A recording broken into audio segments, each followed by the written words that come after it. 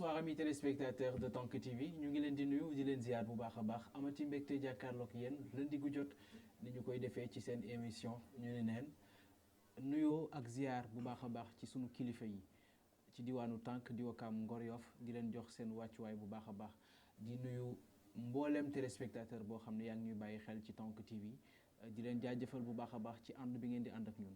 dellu si waat nañ ci seen émission ñu ni neen tey may am mbégte dalal koo xam ni doomu Wakaam la man daanaka dafa féete ñaari wàll ci man nekk na baay waaye nekk ndijaay it di Alpha Ba maa ngi lay nuyu di la ziar bu baax a baax am mbégte te dalal la ci plateau ñu ni neen. Souleymane c'est avec un grand plaisir maanaam mbégte bu mag laa ñëwee tey fii ñu def entretien. Pour des raisons multiples comme tu l'as comme ni nga ko waxee en ouverture suma plaisir dafay accompagner sax di ma jox leçon parce que aujourd'hui quand je vois un de mes neveux nekk en action di entreprendre may wan ne maintenant àddina dox na quoi. Je vous l'ai dit tout de suite sànq bi ñu ne fële nee naa la lenn si yow on a fait une partie de notre vie ensemble maanaam ñoo bokk juttoondoo diggante Bukatu ak Mbul sa ñoom di jaay Moussa El Hadj paix à son âme ak sa yaay dafa am lenn lu ñu àddina sédd parce que ñun bi ñuy nekk ndaw ma nekk Bukatu di jàll par la petite fenêtre là pour ñëw Njaayeen mu doon trouver ñoom El Hadj et au même moment j'ai l'habitude de dire à un de mes amis ne que on a tellement vécu le ndeysaan étant jeune boobu ñoom ñu ngi doon door a perte seen yaay man aussi c'est la sama papa doon gaañu quand on était très bambin nekk ci ëtt bi di fo bu ñu doon gis ñuy fo ainsi de suite souvent le ndeysaan revenait quoi parce que boobu ñu ngi nekk ay xale ñu seen yaay gaañu ñun sunu papa gaañu quoi donc c'est sama disque dur loolu daf ci nekk jusqu'à présent quoi donc quand je vois aujourd'hui ma ñëw am pour def entretien en l'occurrence mu nekk yow mais c'est un très très très grand plaisir pour moi parce que daf may gën a delloo ci notion de communauté bi nga xamante ne ñun ñoo ko bokk quoi. Merci vraiment beaucoup. c'est un baume au cœur quoi. Le plaisir est partagé ñu yàgg la gis ngay mëne action ci Wakaam taxawaay bu rafet bi nga yàgg am tey benn diir déggatuñ la gisatuñ la pourquoi rareté boobu. Bon souvent dañuy wax ne communication c'est tout un ensemble il y a l'image il y a le verbe il y a le silence am na moment boo nga xamante ne pour nous qui avons fait un peu l'armée on nous dit qu'un détachement ça te permet de voir beaucoup plus clair quand tu es dans le feu tu vois pas clair mais quand tu es un peu loin ça vous permet de sortir du bruit et de mieux voir les choses. Tu es dans une position beaucoup plus optimale pour pouvoir agir encore. Parce que le recul, les gens disent que c'est un acte de combat. Tey Wakaam ak l'actuel maire di Abdoul Aziz Gueye bi mu yegsee ci pouvoir 2022 nga def ci liggéey bu am solo waaye depuis lors pas de poste ni rien. Tu as préféré travailler dans l'obscurité. Pourquoi ce choix?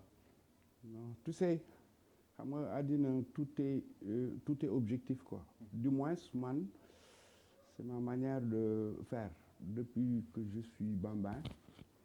nga boo nekkee nii di dund di dem da ngay mën a xam sa handicap lan nga fort c'est-à-dire yenn doo xaar ñu wax la ko quoi. Je draine un handicap que je connais bien.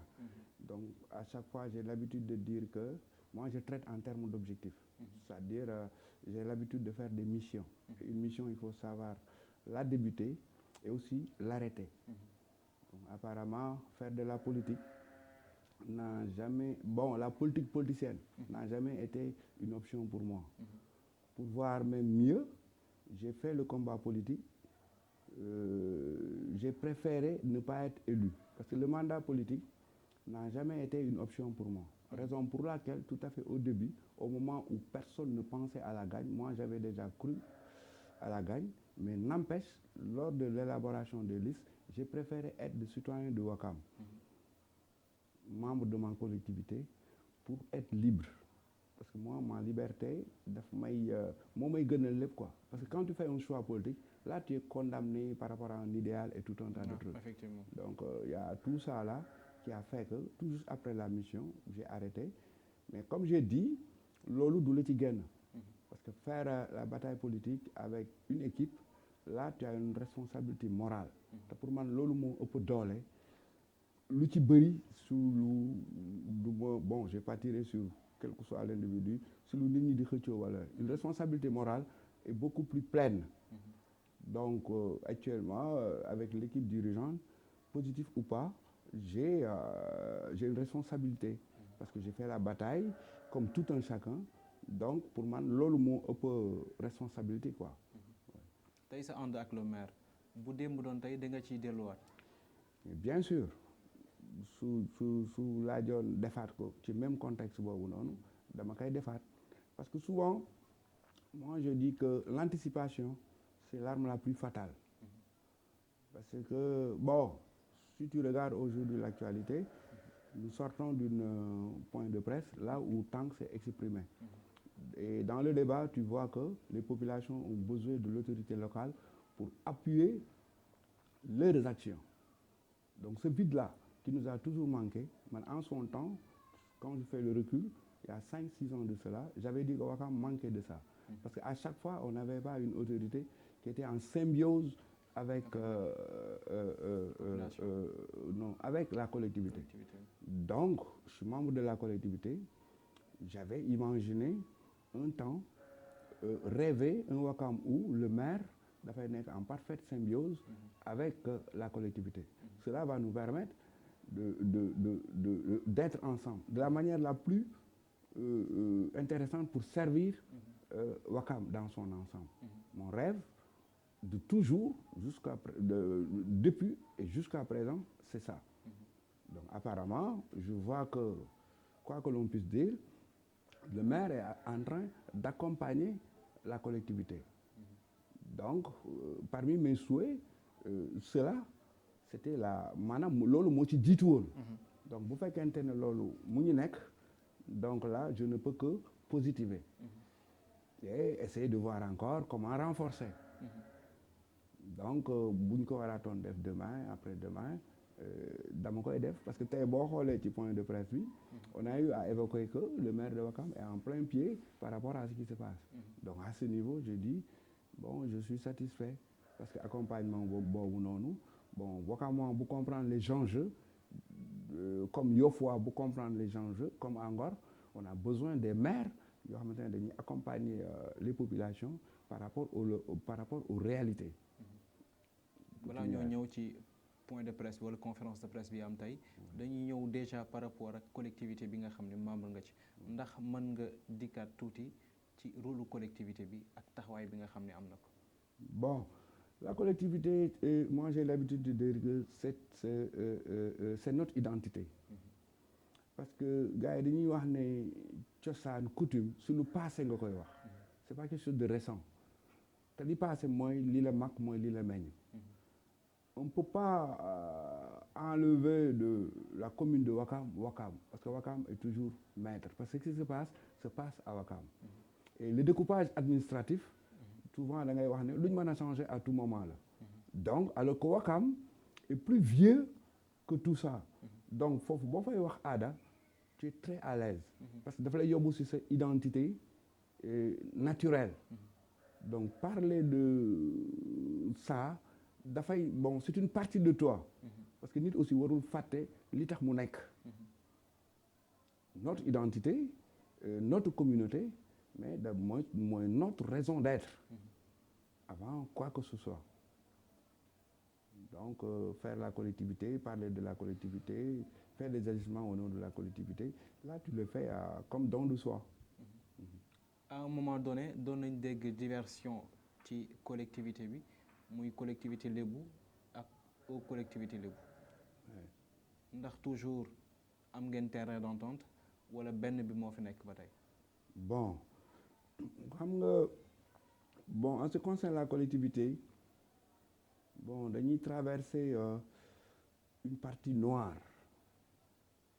te loolu defe naa ne képp koo nga xamante ne membre de la collectivité wala nga dëkk Wakaam rek mënoo ko tuddee lu dul lu noir.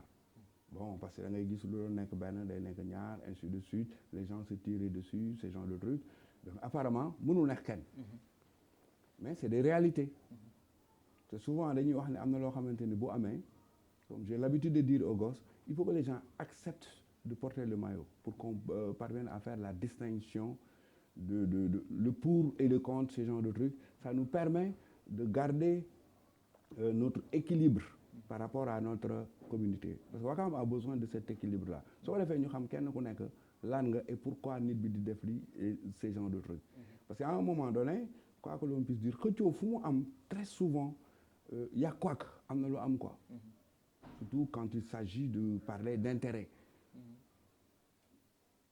en réalité les vrais problèmes de Wakaam c'est des problèmes c'est pas des problèmes culturels hein. Non. C'est des problèmes financiers les enjeux sont financiers donc apparemment foofu boo amee mais il y a quoi et à chaque fois que tu te poses la bonne question réponse yi ngay am en retour mais ça va te permettre de faire le choix.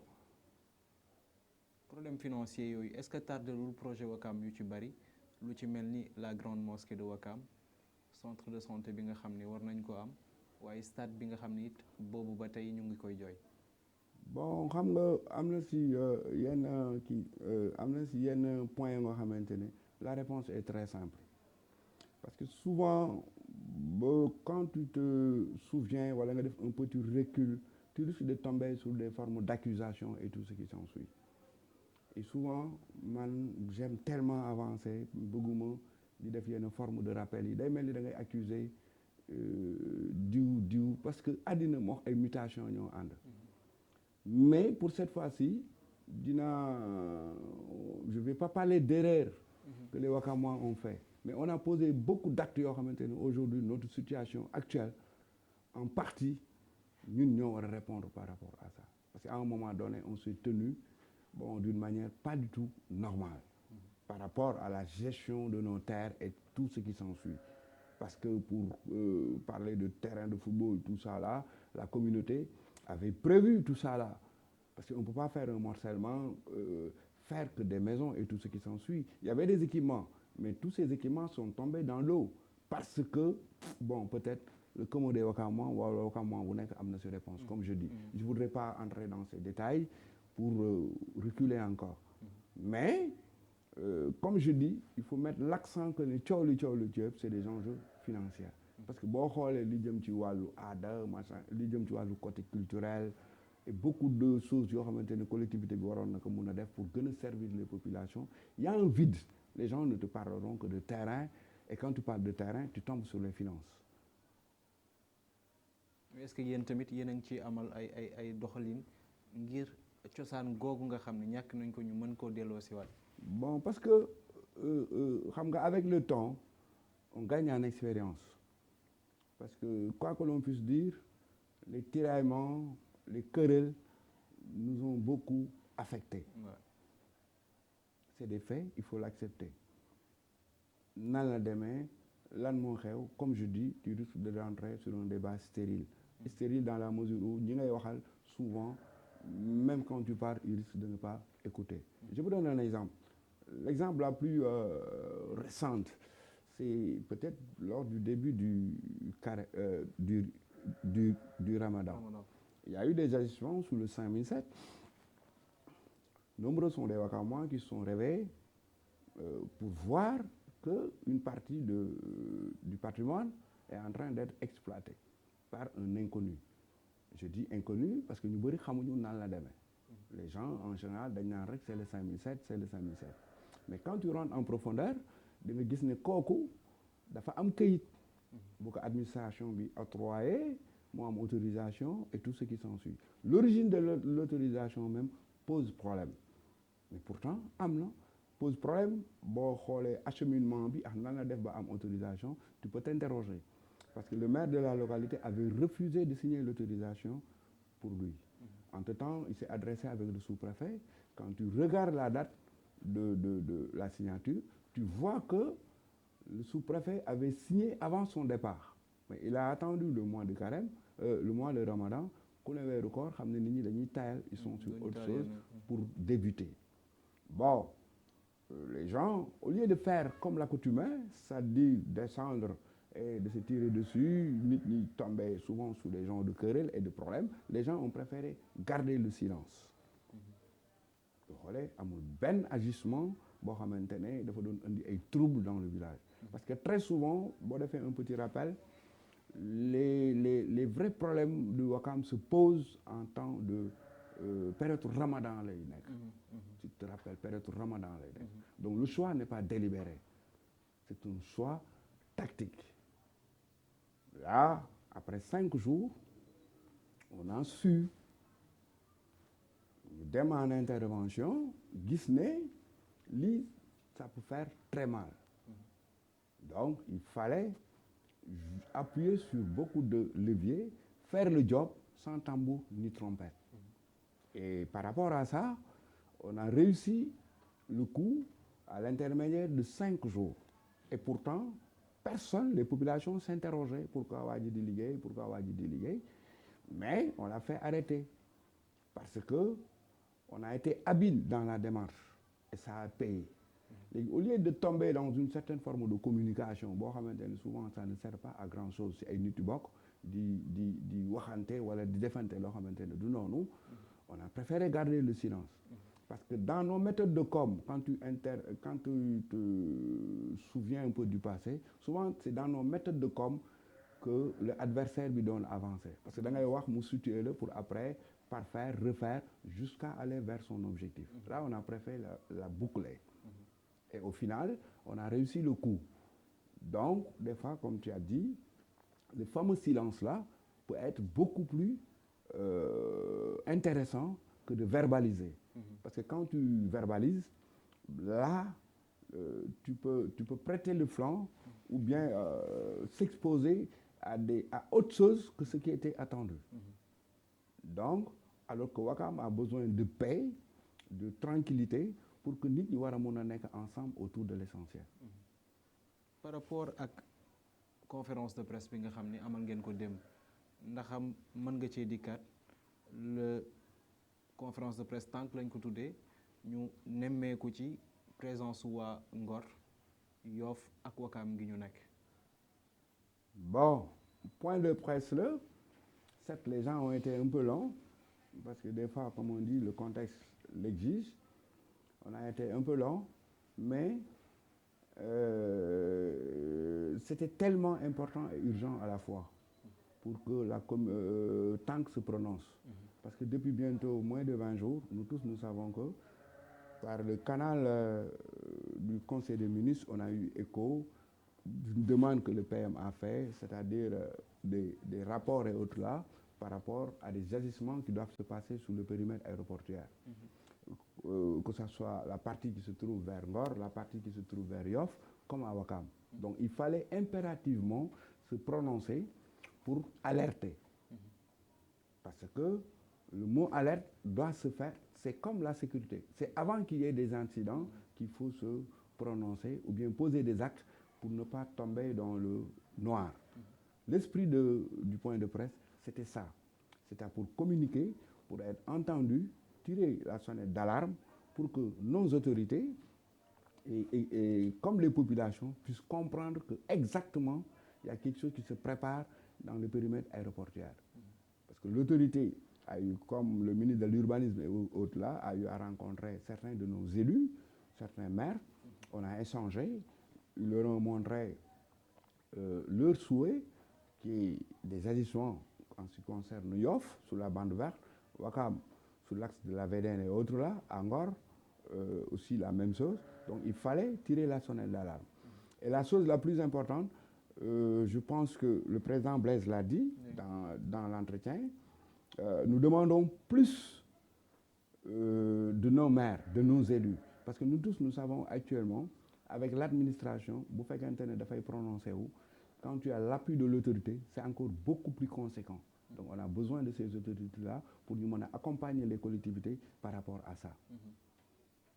Et là, les gens ont mis l'accent, et je sais que dans les jours à venir, bon, il y a une organisation qui est déjà en place, TANC, depuis la nuit des temps, qui va faire ce travail-là pour faire un rapprochement entre les élus et la communauté, pour nous permettre d'agir ensemble pour être entendus.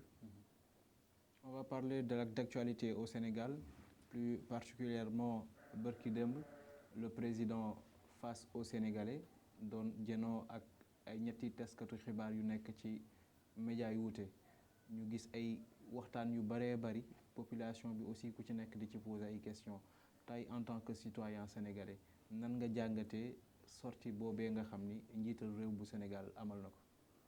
Bon, apparemment, comme j'ai dit, avant que ñu toog, moi j'ai dit que politique contexte la. Hier, après la sortie du président, les gens sont interrogés par rapport à beaucoup de choses. Parce que moi, dans mon entendement, dans ma perception, il y a eu beaucoup de philosophie. C'est-à-dire, dans l'interprétation des premiers discours, ak interprétation discours bi mu wax démb dafay mel ni ñun li ñu jëkkoon a dégg dañ ko waxee neneen.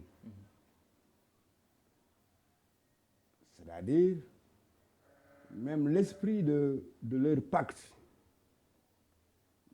dañ ko waxee neneen. Le président l'a dit autrement en termes de perception. Ce qui revient à dire qu'aujourd'hui, le commun des Sénégalais s'interroge sur l'esprit de ce duo-là que les Sénégalais ont élu, et de la plus belle manière. Ça n'a jamais été que l'opposition gagne au premier tour. Donc quand tu t'interroges sur l'esprit de ce duo, tu es dans le si. Alors qu'on est en politique. Je vais me répéter parce que politique contexte là. Donc dans ce pays, parlant de politique, rien n'est encore figé. Maanaam dara toggul benn place. Parce que si j'entends le président dire, il est toujours membre de PASTEF, mais il y a Diomaye président à côté. Et quand tu lis le règlement de leur parti, le président n'est plus membre de PASTEF, il est président d'honneur du parti. Donc apparemment, quoi que l'on puisse dire, am na lu xew foofu. Kenn ku nekk nag ak ni nga koy interpréter. Mais parce qu'on ne peut pas être dehors et dedans à la fois. Donc Diomaye présent par rapport à leur conduite et PASTEF par rapport à ce qui se passe sur la partie dirigée par le PM Ousmane Sonko. Je dirais même pas par la partie, par le parti dirigé par Ousmane Sonko. Mais c'est tout sauf des partenaires. Mais moom wax na ni coalition Diomaye li ko fa bàyyi ngor la ndaxte dañu jël seeni récépissé dimbali ko ba mu mën a falu. Mais mooy li ma la c'est-à-dire c'est de la philosophie parce que la première perception c'était pas ça. L'esprit de Diomaye président c'était à l'absence de Sonko président, je sais pas. Ils sont sortis de certains faits pour tomber sur Diomaye. Diomaye président alternative la woon pour aller au charbon.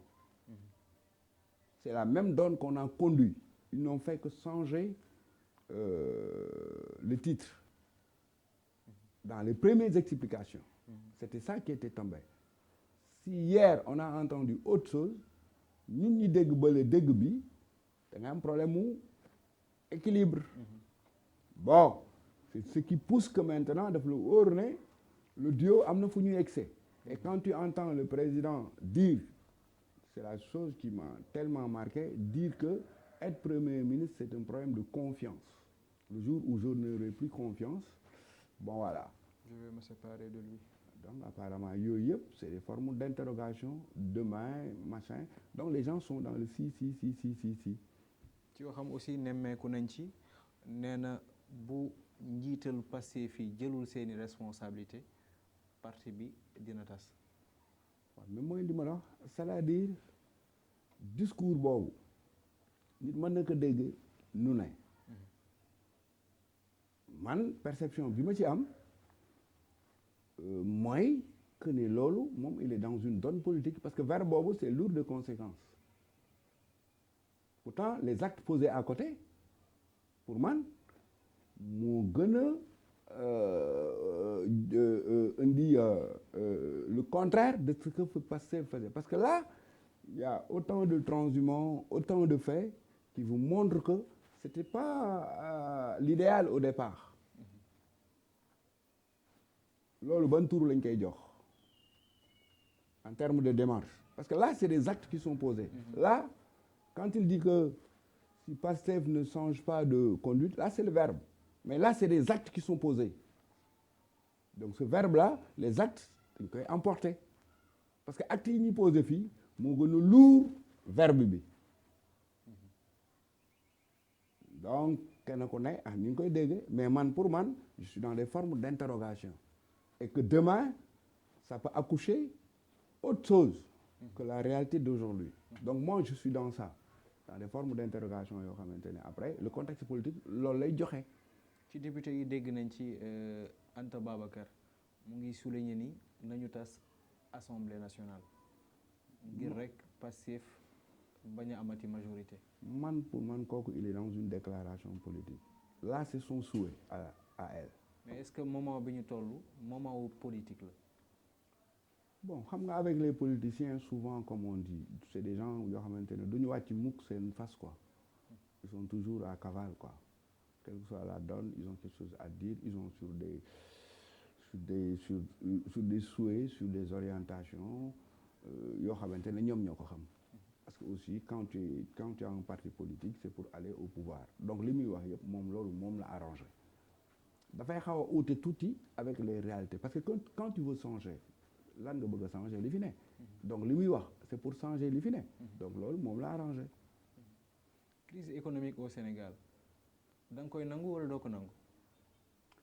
bon xam nga crise bi bu fekkente ne dès l'instant qu'on a débuté les gens parlent de dette cachée ce genre de trucs et on parle je dirais ce qui se passe devant nos yeux et que ñun ñëpp ñu accepter le Sénégal est en train de payer des dettes dafa mel ni ngay fay bor am xaalis dafay métti si yow non boo fayul woon bor day gën a neex dès l'instant que nit ñi nangu nañ par rapport au fait je dis par rapport au fait que Sénégal mu ngi fay ay bor et ci biir bor yooyu les gouvernants ont dit oh am na dette cachée ce fameux dette cachée là nit ñi wax nañ ci ba ku nekk géex mais en réalité bor bu ñuy fay la donc loolu doy na pour ñu de réew mi mu ngi ci loo nga xamante ne dafa metti te lu metti lu ne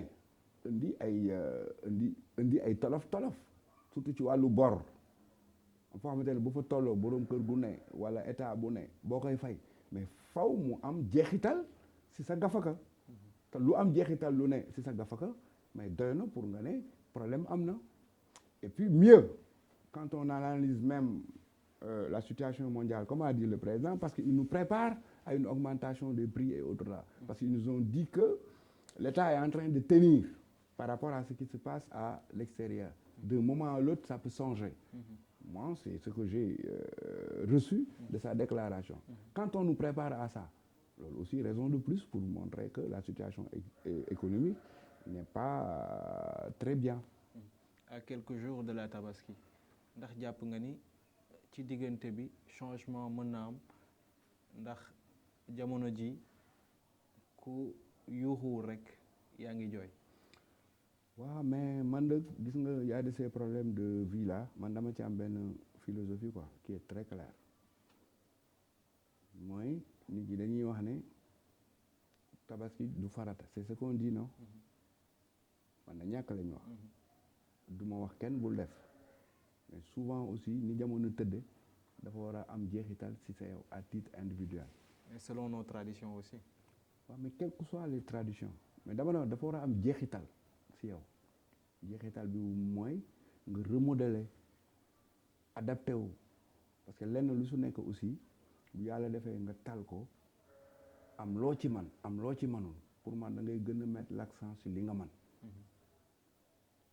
parce que àddina comme on dit du toujours lay neex y a du dafay neex di naxari y a des hauts et des bas donc na si nit ñi tirer comme par exemple leçon du kenn bañ a jënd xar du kenn bañ a def ni nga daan def bu jëkkoon parce que même bu fekkente ne yàlla def la nattoo amuloo ko par rapport à ta propre famille dina am ay niveau de frustration et autres mais na si nit ñi aussi adapté wu de telle sorte que dina am ay leçons yu ñu ciy tirer du ñàkk boo fekkente ne bu jamono daan neex da ngay def 200 150 wala yaa xam mais nga daal di adapté wu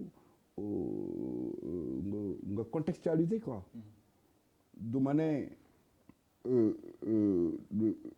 du contextualiser kii la quoi c'est-à-dire méthode la arme la mooy nga adapté wu bu jamono neexaatee man nga def comme bu jamono neexee nii ñëpp doon def mais di ñaanal ñu yàlla aussi diggante bi yàlla na fi yàlla wàcc xelal pour nit ñi man ko mais nit ñi aussi des fois il est bon ñu adapté wu malgré les difficultés parce que des fois àddina moo demee noonu quoi des fois si lépp y a des hauts et des bas di ñaan nit ñi yàlla leen yàlla may xéwal ñun ñëpp ñu tal ko te man ko bi mooy nga adapté wu maanaam nga def li nga xamante ne daf la óor ne après lendemain tabaski du am fu mu soxe mais ce qui est sûr et certain bon metti na quoi loolu moom boo ko waxul dafa fekk nekkuloo ci ay niveau de responsabilité quoi.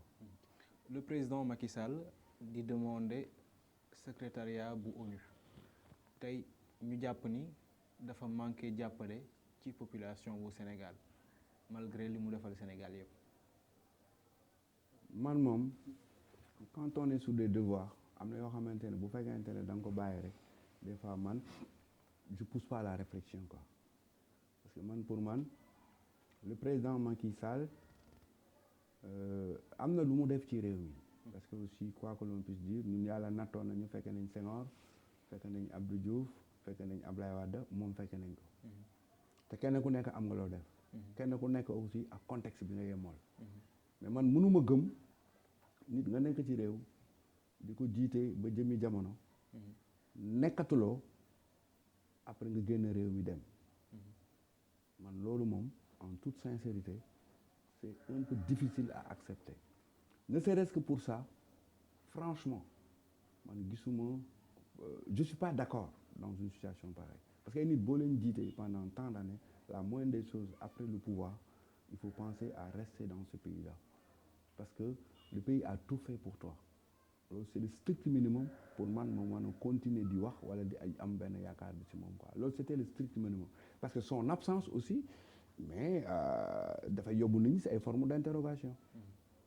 moo tax nit si lu mu mën a nekk su fekkente ne yow sa waa réew sa waa gox dañ yëkkati lépp jël jox la ko après yow yaa leen amal njukkal mais bu fekkente ne boo defaree ba pare rek après tu choisis une autre direction mais ce serait encore difficile pour motiver les gens pour ñu continuer di la appuyer.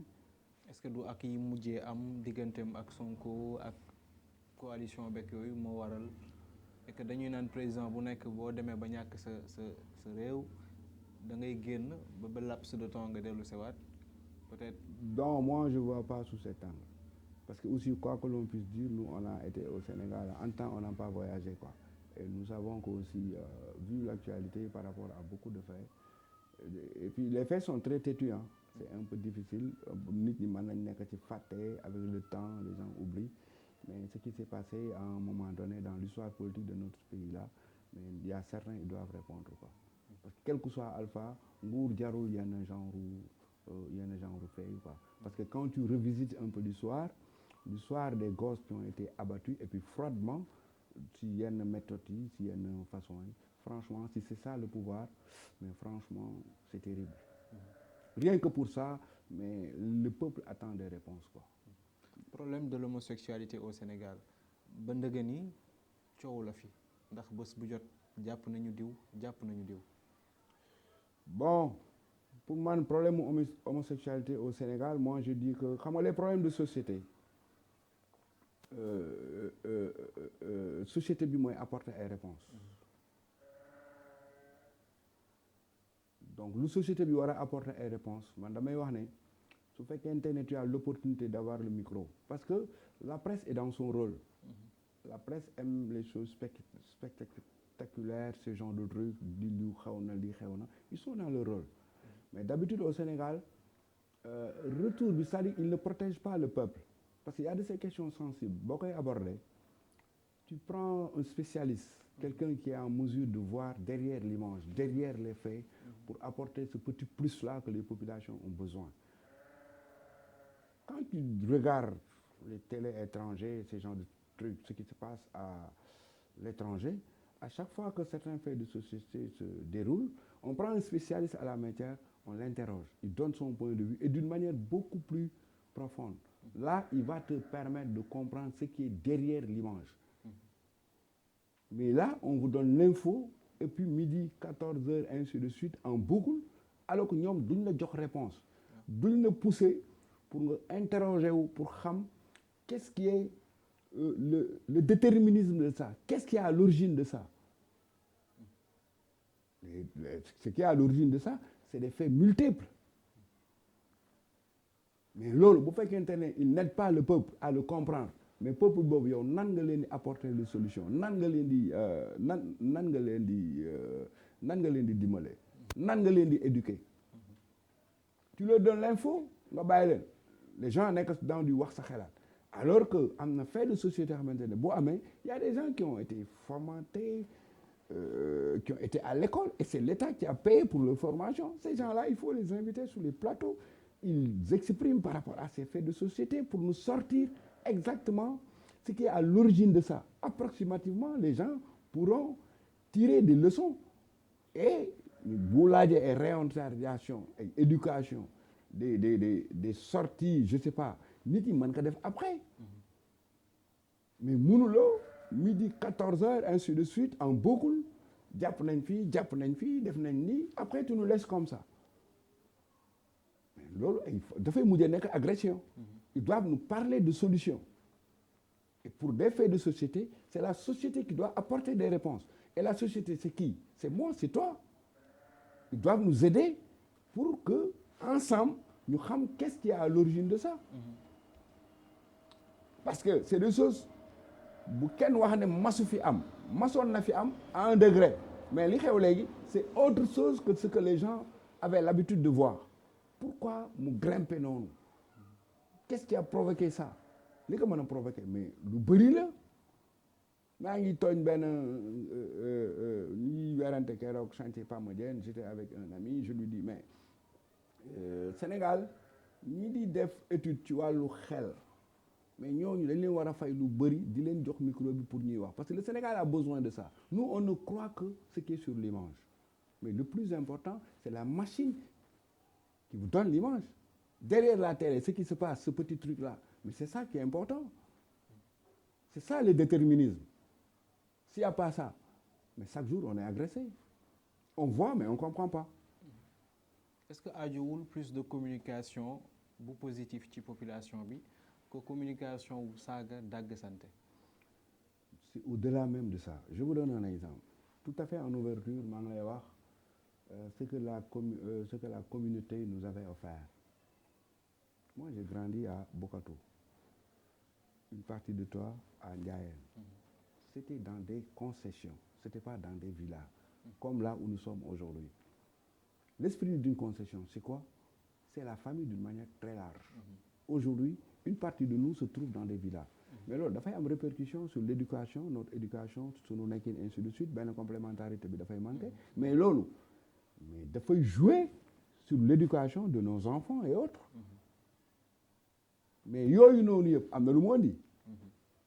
Dëkk bi taux de population bi ni mu yokkoo am na lu mu andi l'effet des portables am na lu mu andi aujourd'hui avoir un wifi sa kër sa doom yor portable am na lu mu andi mais loolu yëpp bu fekkente ne dafa daje ci société bi et on parvient pas à décortiquer à comprendre lenn lu ci nekk lan mooy côté positif bi ak lan mooy côté négatif bi portable y a un côté négatif et un côté positif.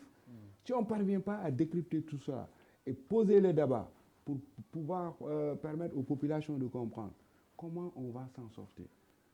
C'est comme un couteau. Tabaski see ngi waaj a ñëw ku ko amul doo rendi mais paaka bu fekkente ne yónniwuñu ko fi ñu ko war a yónni mais bu génnee musibaam effet portable. mais genre débat genre waxtaan yooyu pour xool le côté positif de certains trucs le côté négatif et tout ce qui s'ensuit les problèmes environnementaux.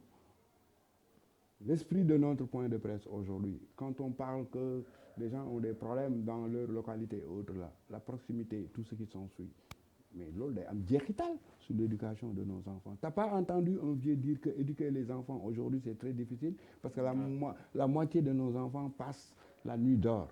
Tu as entendu un vieux le dire, mais loolu day am jeexital et tant d'autres choses. Problème environnement mooy looloo waral une partie de notre sortie. Mais tout cela, mais c'est une bombe. Donc, yéen aussi, des fois, il faut avoir l'habitude de prendre des spécialistes, tout à un niveau où peut-être la presse est beaucoup plus intéressante, de prendre des spécialistes et que les gens parlent pour nous faciliter un peu la compréhension et la lecture des choses qui se passent devant nous. Avant ñu tëj daanaka ci élection locale yi la ñu jëm 2027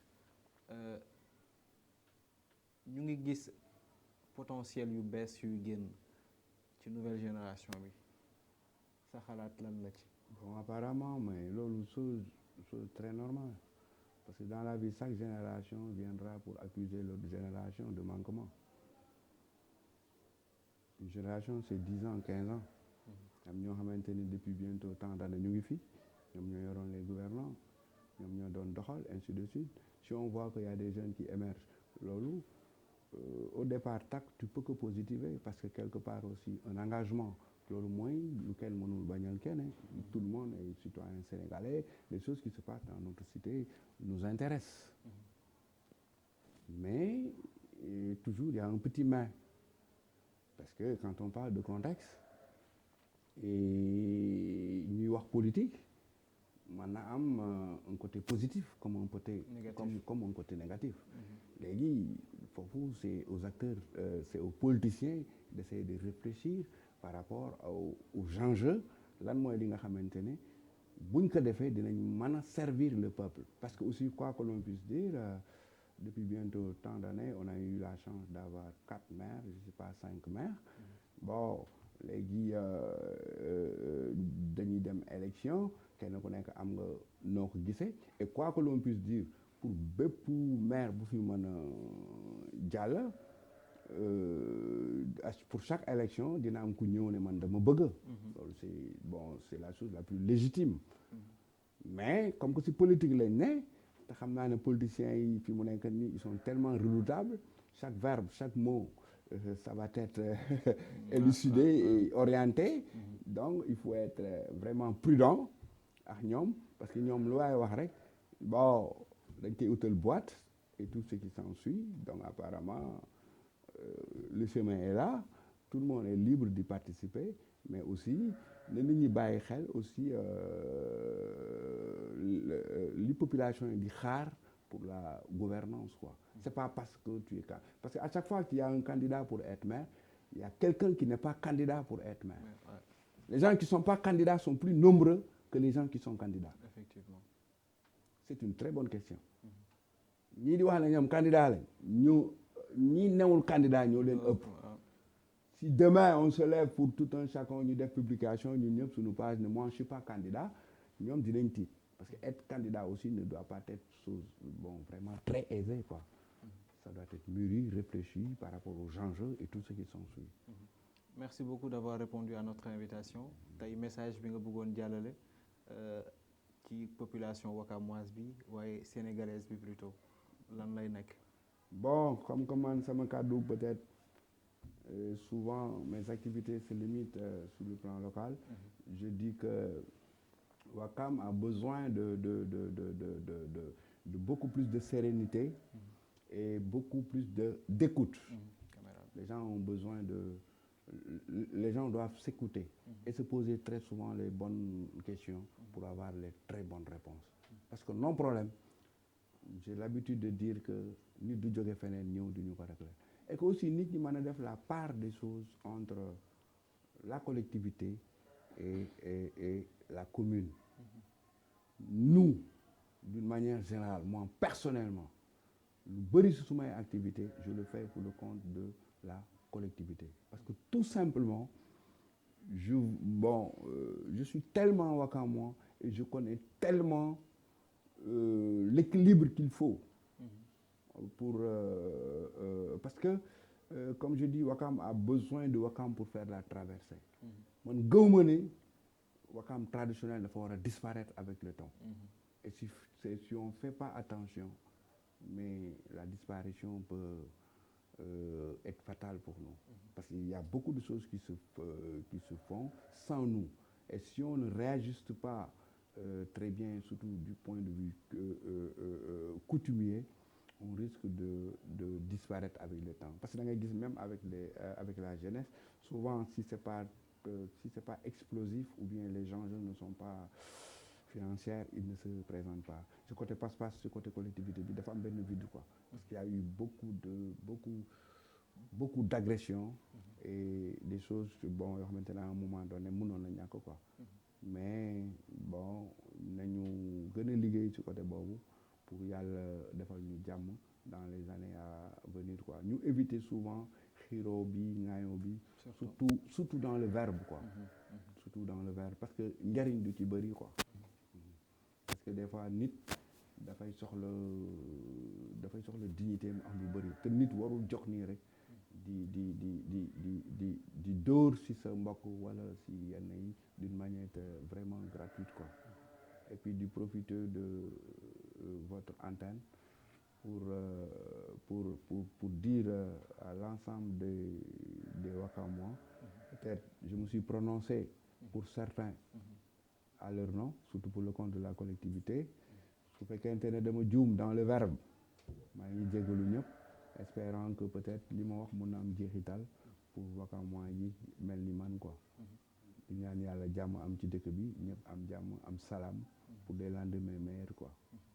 merci beaucoup ñu ngi am mbégte amati mbégte dalaloon la ci sunu émission ñu ni neen jaajëfal la bu baax a baax avant may tëj rek dafa am message bu ma bëggoon jàllale ndax fan yi ci ginnaaw dafa am benn communiqué bu ñu génne woon di wax ni ay candidats lañu ci élection yi di ñëw loolee nag daanaka benn message rek lañ ci bëggoon jàllale parce que ay nitu média lañu loolu yàllaa ko def mais dañu bëgg rek jeunesse bi xam enjeu par rapport ak élection yi ñu jëm ku ci nekk jël say responsabilités parce que dafa am yu bëri yuñ ci gis te ñooñee de awma benn problème ak ñoom waaye jekkul ci ñu yor sunu réew wala ñu yor sunu commune yi donc ma bëggoon Wakaam li muy rëy ak li ko wër yëpp sax ndax du Wakaam kese mais fépp ci Sénégal fépp fu maire nekk jeunesse bi ñu jël seeni responsabilité parce que nag il est temps waajur yi sonn nañu lool ci sunu jàng ñenn ñi génn nañu ba dem bitim réew sàkku fa xam-xam tey jii loolee war nañ ko mën a tàbbil ci fa ñu bàyyeekoo donc message bi loolu la woon du ñu ay candidats je tenais juste à préciser politique bokkul ci sunu yoon média bi ñu nekk rek doy nañu sëkk te bu ñu sañoon fii nii dinañ fi dalal ñëpp ñu waxtaan ci lépp loo xam ne dafay jariñ askan wi waaye sunu gox yi donc loolu la woon ñuy jéggal bu baax a baax gis nañu appel yeeg message yi mais daa fekk ni mënuñu ci woon tontu kenn objectif bi ñu bëggoon ci mbir yi rek atteindre nañ ko mooy ngir mën a xam nit ñi fan la ñu toll ci tolluwaayu par rapport ak xalaat ak gis-gisu ndaw ñi te ñu ngi ñaan aussi ñu gën a jëlaat sunuy responsabilité di leen jaajëfal bu baax a baax amoon nañu mbégte di leen jox dig daje lundi bii di ñëw incha allah émission bi comme ni ko sunu invité waxee lépp lu ci dëng rek jàppaleen ni ci ñun la waaye lépp lu ci baax rek yàlla sunu borom la di leen jaajëfal bu baax a baax di leen souhaiter bonne suite de programme sur votre télévision locale Tank TV.